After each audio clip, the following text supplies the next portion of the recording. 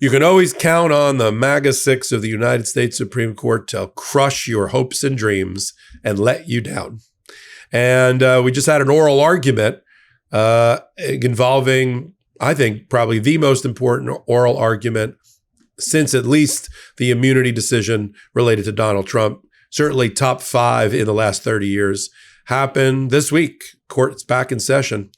And, I'll give you our, we have our commentary here of what went down about the Voting Rights Act Section 2, whether it's going to survive. That means whether 20 or 30 congressional seats around the country, primarily Democratic seats in a sea of red, primarily black and brown people, are going to survive, or they're going to have maps changed so that they lose their jobs. Are we going to be 100% white districts in places like Alabama, South Carolina, Louisiana, Florida, and the rest? Because, well, we weren't doing it because they'll be able to argue now with the United States Supreme Court. Well, I know it looks like we were getting rid of all the black people as Congress people. Well, we were just getting rid of all the Democrats. They just happen to be black people.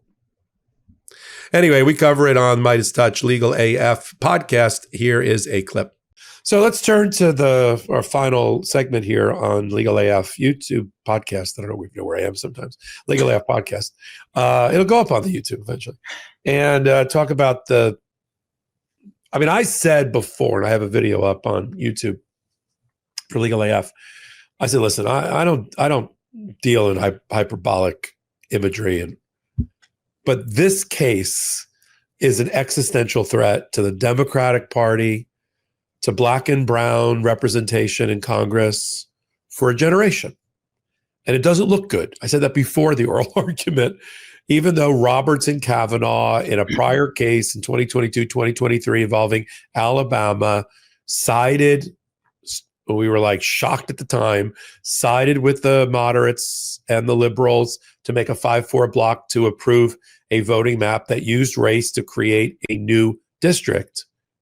I wasn't confident that they were going to join with the moderate wing again when it related to Louisiana. And what was up for grabs in Louisiana was a map that was drawn by the legislature of Louisiana, MAGA Mike Johnson's home state, in which they went back to the drawing board, literally, redrew a map after their first time around. They only came up with 1 district out of 7. That's like 14% or something.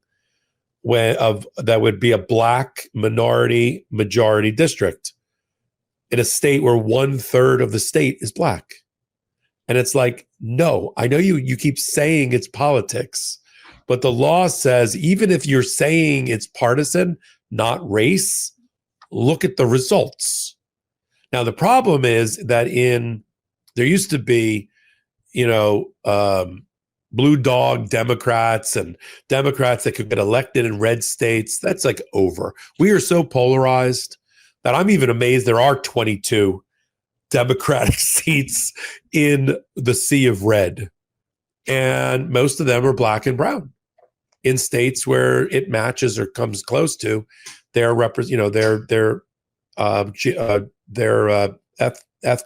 racial composition in the state. And then the second map came out. First, Louisiana said, all right, we're okay with this map. We defend this map.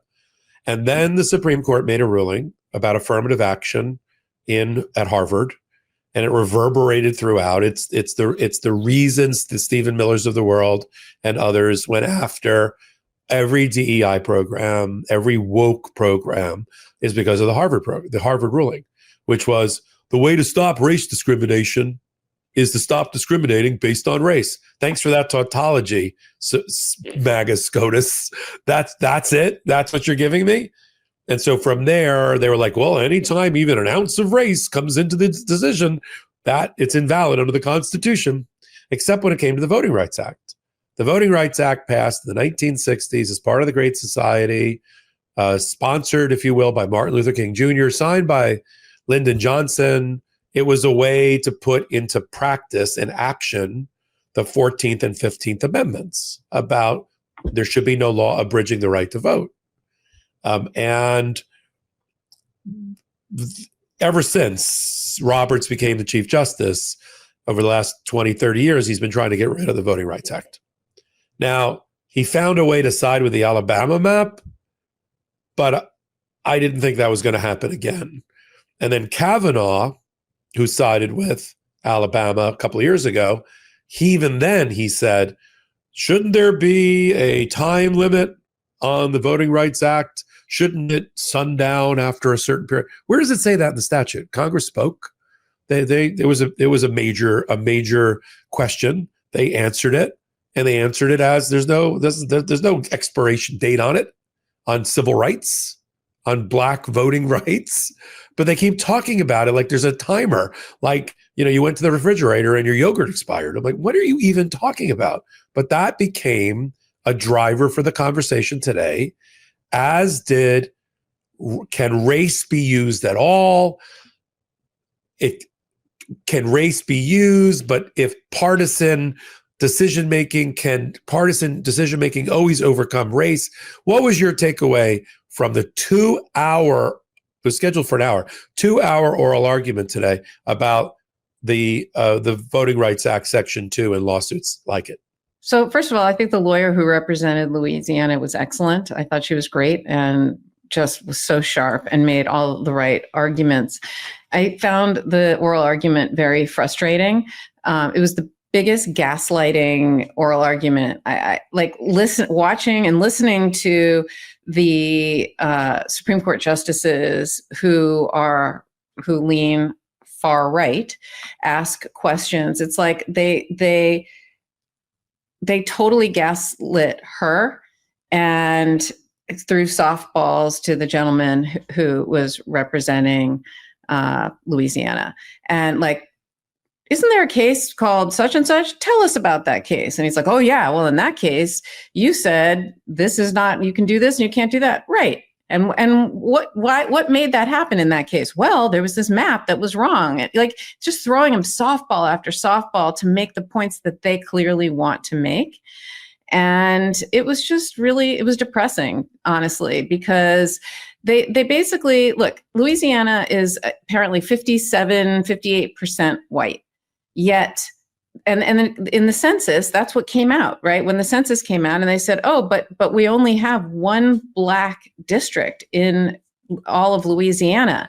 And so 85% of the districts are white, essentially, but only 57% of the people are. And so they redrew the map to give a voice to the Black voters. And one of the things that came out of the oral argument is Black and white voters both aren't monolithic voters, right? That's not like you only vote Republican if you're white and you only vote Democrat if you're Black. But what the studies have shown is typically is if you're white, you will most likely vote for a white candidate, Republican or Democrat, and same with Black. And that was some of the things that came out of this argument. And what they basically were saying, what the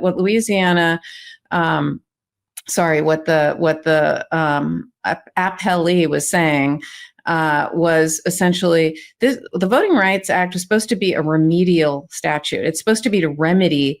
It's not like it says, if everything is going swimmingly in your state and you have representation for minority communities, the Voting Rights Act doesn't come into play. It only comes into play when you have things like a census and it shows that there is not representation. Then there's this remedial measure that you can come in and redraw and take race into consideration. It's not the only factor, but you take it into consideration. And what was really depressing to me is the fact that the law allows you to make a partisan districting map. So they could do anything they want to make it more Republican or more Democrat, depending. But you're not allowed to take race into consideration. And when you look back to the history of the Voting Rights Act and why this was passed in the 60s, and you see where we are today, and that they are purposely, they're just adding one more district, right? They're not like, this is just literally one more district, and that they're going to say you're not allowed to even take it into consideration ever. That race can never play a factor, I think is just really sets us back a long time. And it was really depressing. And the questioning, like I said, was very gaslighty. I just thought, it was just ridiculous. And Ketanji Brown Jackson was very frustrated with how the conversation went. which was all about trying to give cover to the MAGA six to sleep at night. Well, we're not taking away race. It's just Exactly. it just needs to be overcome by partisan. Exactly. So it's not that there's 7 out of 7 districts and that'll result in Louisiana all being white. Is that okay? I mean, let's just take it back. Is that okay? What if I would have been an advocate there? I would have said to whoever was asking me the question, if you take away the Voting Rights Act and you find that it's either unconstitutional, Section 2, or you find that race can never play a part in drawing the map, are you okay as a United States Supreme Court? And can you live with yourself if the result is there are zero districts in Louisiana, despite 1/3 of the state being black minority majority district? Are you okay with that? If you're okay with that because that's where you're going with this line of questioning. No, see, that's one of my problems with the stuffy air and protocol of Supreme Court advocacy is that while I agree with you, she did a beautiful job, as did the NAACP counsel, who also argued, but they never, like you and I are more like pugilistic trial lawyers. I would stop a trial judge in their tracks on something like that and said, I see you're going down a certain road, Your Honor. Are you okay then with there being zero representation for black and brown people in the red southern states? And if you are, then I guess you'll rule that way. But I'm not. And I think that violates the 15th Amendment and the Voting Rights Act. But you never see an advocate do that. Why is that? Well, there's a certain decorum, I guess, in the Supreme Court, and there's a certain. I remember I went to go watch a friend argue in the Supreme Court, and the friend, and then they said, "Oh, do you want to become a member of the bar of the Supreme Court?" It's like an honorary thing. So obviously, I don't have the experience, the appellate experience. That's a very particular type of experience to argue in the Supreme Court. I said, "Sure, I'd love to do that." And they said to me, "Okay, well, you have to wear a skirt suit." I was like, what do you mean I have to wear a skirt suit? Because they know I only wear pantsuits, and I for no reason. I didn't even realize it. I'm more comfortable in court wearing pantsuits. I always have been. It's just a personal preference. I don't know why I have it. It just is. And I was like, I'm not trying to make a statement or anything. It's just a personal preference. And I said, I don't even own a skirt suit. So I'm going to wear a pantsuit because that's what I wear every day when I go to court. And she's like, you can't, you have to wear a skirt. And then suddenly now I'm offended. I'm like, excuse me, I have to wear a skirt suit. Anyway, I found one, I borrowed one, but I was really, I was irked by this. But I say this because there are all these like old timey traditions when you go to the Supreme Court, hear ye, and whatever. Oyez, whatever it is. Yeah, they like all these weird stuff that just they were wearing powdered wigs, like I know, like not too long ago. Not too long ago. Anyway, so I guess there are ways you're supposed to argue in front of the Supreme Court that. That's the ramifications. Yeah. And the answer to my question is that the MAGA Six and Clarence Thomas are willing to have 22 seats, primarily held by black and brown people, eliminated from the map. And now there you go. And now the Democrats are going to have to fight hard if this ruling comes out. The other question is, I'll leave it on this. The other question is timing. We'll know if they're really trying to help Donald Trump more than usual based on when they release this decision. A major decision like this generally comes out in June or July so they can get out of town and go on vacation when they drop like a bomb on us. The only reason the Dobbs decision came out earlier is because it leaked. And then in March of that year, we were like, oh, crap. So we had several months, and then it finally came out a few months later. But if they release it in June or July, it's really too close to the November midterm election. It's only like 3 months, and that's borderline on terms of what they call the Purcell Doctrine, where they wouldn't make the map change for this coming election. They would do it for 2028. But if they issue it early, that's the big telltale sign. When you said gaslighting, we see this thing come flying out in like March, right? And you and I report on it. That means they wanted to help Donald Trump at the midterms because March is plenty of time before November for the new maps, for everything to be redistricted, because that's what they're going to try to do. Donald Trump has been pushing the states to use the census and use whatever comes out of the Supreme Court to redo all the maps to eliminate Democratic seats. That was the fight that broke out between Texas and California, over 5 seats down in Texas, 5 seats up in California, depending upon a referendum in November. But I don't know how we as a party find 20 new seats. Well, maybe what happens is Sotomayor, Kagan, and Ketanji Brown Jackson, maybe what they do is they take a really long time to write their dissents. So it's not going to get out in March, that it's going to... Closer to. Welcome back. We sit at the intersection of law and politics so that you do not have to. It's like a TED Talk meets a law school class. It's every Wednesday and Saturday at 8 p.m. Eastern Time.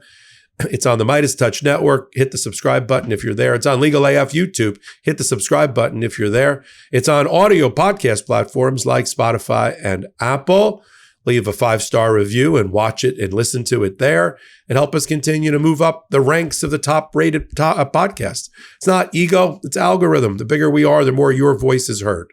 So until my next report, I'm Michael Popak. Can't get your fill of Legal AF? Me neither. That's why we formed the Legal AF Substack.